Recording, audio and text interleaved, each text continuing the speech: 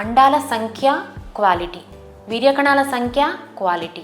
అంటే సంఖ్య క్వాంటిటీకి క్వాలిటీకి ఇవి రెండు చాలా చాలా చాలా ఇంపార్టెంట్ ప్రెగ్నెన్సీ కోసం. కొంతమంది శరీరంలో అండాల సంఖ్య బాగుంటుంది. ఈ అండాల సంఖ్యను మనము AMH అనే టెస్ట్ ద్వారా ఫైండ్ అవుట్ చేస్తాం. అలానే స్కాన్ చేసినప్పుడు వాళ్ళ అండాశయాల్లో ఎన్ని ఫాలికల్స్ ఉన్నాయని కౌంట్ చేయడం ద్వారా కూడా మనకి అండాల సంఖ్య ఎంత ఉంది ఆడవాళ్ళ శరీరంలో అనే విషయం మనకి తెలుస్తుంది.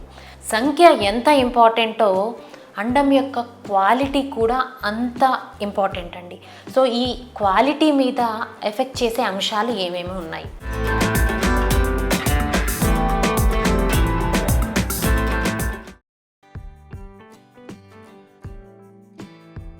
ఫస్ట్ అండ్ ఫార్మోస్ట్ థింగ్ ఏంటి అంటే వయస్సు.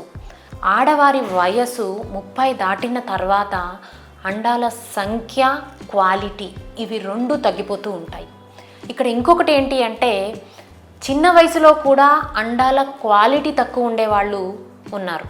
వాళ్ళెవరు అంటే PCOD.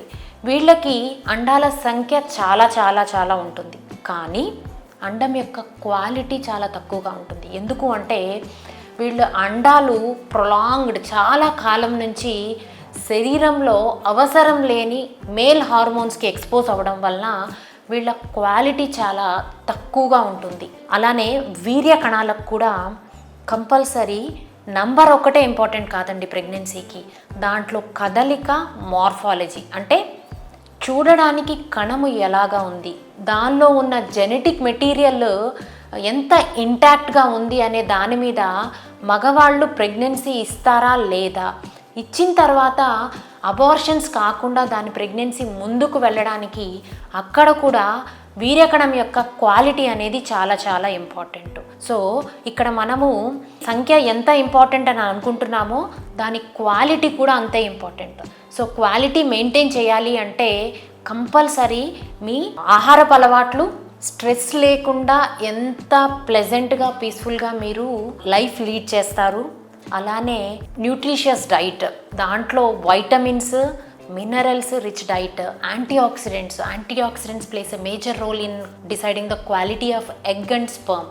సో యాంటీఆక్సిడెంట్స్ అంటే ఏమేమో కాదు, జస్ట్ పుల్లటి పదార్థాలు, మన ఆరెంజెస్, రొటీన్గా దొరికే పళ్ళు, పుల్లటి పదార్థాలలో వైటమిన్ C చాలా రిచ్గా ఉంటుందండి, which is a good antioxidant, which is a very very cheap antioxidants. అలానే omega-3 ఫ్యాటీ యాసిడ్స్ ఉన్న ఆల్మండ్స్ కానీ, వాల్నట్స్ కానీ, డేట్స్ కాల్షియం రిచ్.